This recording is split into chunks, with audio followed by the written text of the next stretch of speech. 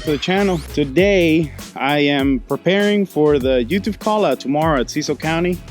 Not sure if you guys follow me on Facebook or on Instagram, but I literally just last week I burnt up the transmission on the Grand National, and since I'm in a crunch for time, I'm gonna end up sending it to Anderson Performance to get the transmission done.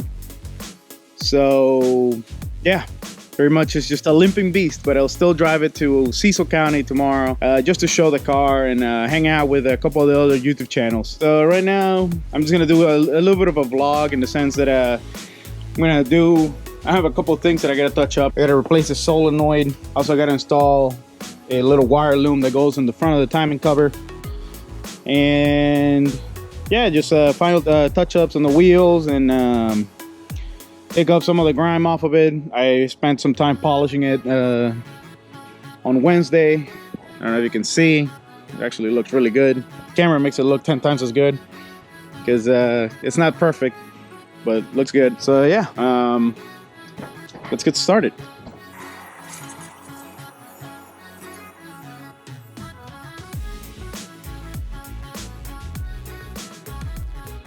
So now that I have the car moved, and you can't see that, but anyways, trust me, car's moved. So now that I have the car moved, I'm gonna be installing a check valve because I'm having a problem where the line keeps getting siphoned out. I do have the solenoid in the rear and in the front, but it's not working. And then here's a replacement solenoid for the one that is in the car right now. The one that was in the car says no performance, and then I found the exact same solenoid for about half the price. So yeah, saving some money. So right now what I'm doing here is putting some aviation sealant, thread sealer on the threads of the check valve. Try to get them on both sides lightly, and then let it tack up for a little bit before I can finish putting them back together. Then I have to do the same with this one, which actually I will take off the other one. So sorry for the wind, but we're gonna take this one out. Try not to drop the stupid screws. I drop them every time. Little ghetto connections because I was testing this one and it failed.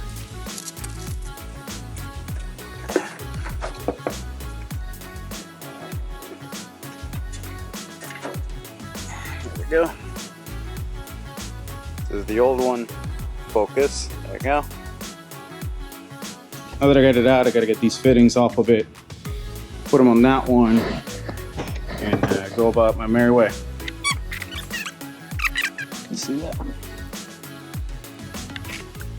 So I don't know if you can see this, but this is supposed to be a stainless solenoid. Come on, focus. That shouldn't corrode, but obviously I don't know if you can see the chunks of shit in there. It is corroded as hell. So go from there, huh? It's not scratch. That's really nice finishes in this junk.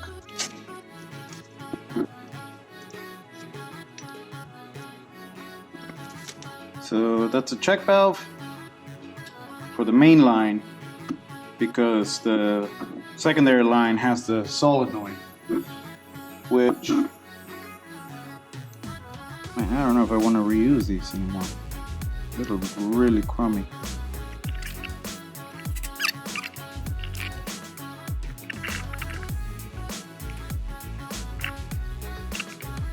And that explains why it has that seal. Those are not pipe threads, so it just goes all the way in without a problem. So good thing I didn't take those off. This sealer is not strong enough to hold on non-pipe threads, if that makes any sense. So let that dry for a little bit. And now, this is the other thing that I could install. I might not be able to use a cap because I'm running a 4 gauge on the from the battery to the alternator. So I might just be able to, I might just have to zip tie, use zip ties on these holes to hold the cable up, and that way it doesn't get caught on the harmonic balancer or the crank trigger. So yeah. So let's thread these back up. Bam. Two things are ready. Actually, this is not ready. And ring terminal. Bam, even better. Nope. Right here. This is what we need. So this doesn't matter which side. Funny thing is that I'm lazy. I'm being lazy by doing this because I have a heat gun. It's just more work than what I want to do right now.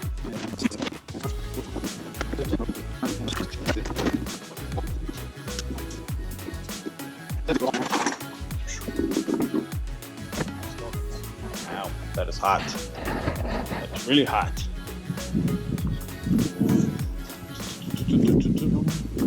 Oh, sorry, probably just blinded you. The new solenoid, right where the old one was. Make sure that all these hoses fit just the way they were. Well, this one's definitely gonna have to get replaced. Oh yeah. So, let me see if you can see this. Focus. There we go. It's neck down right here, so the fitting doesn't grab it anymore. The other side is good. So, gotta go make another one of these and I'll be right back. So, by make, I meant cut another one from a long piece. So, something to point out here is that, come on, focus, please. There we go. You can see, yeah, the edges. I clean up the edges with a lighter. You touch them up with a file first, and then you just hit them with a lighter. That way, any rough tips or whatever becomes smooth, as to not damage the biting seals inside these push lock fittings. Because that is a real problem with these. So I'm not sure if they're worth the time that they save you with the amount of problems that you gotta deal with them leaking. So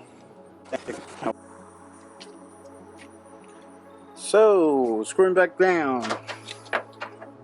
Come on.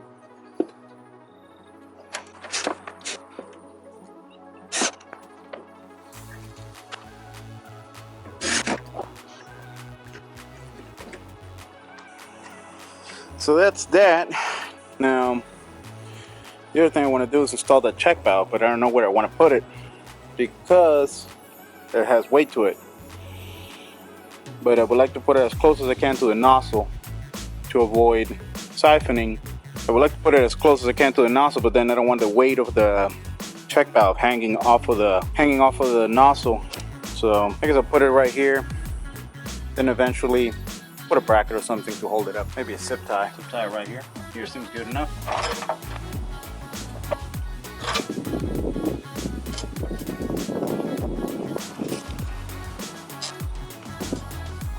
Now this part's a little dangerous because depending on the amount of methanol that you're running, this liquid could be flammable, or is flammable. So just to double check. You guys could see that from the other angle, from that camera. So what I did was I cut, filed, and then burnt the edges. Like, the whole purpose of burning the edges is just to make them round. They don't break the little rubber seal in there. I don't know if you can see it. Actually, let me pull this out. I don't know if you can see that. Hold on, son.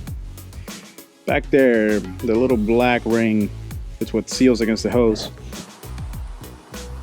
Then you get to see me make a fancy zip tie bracket.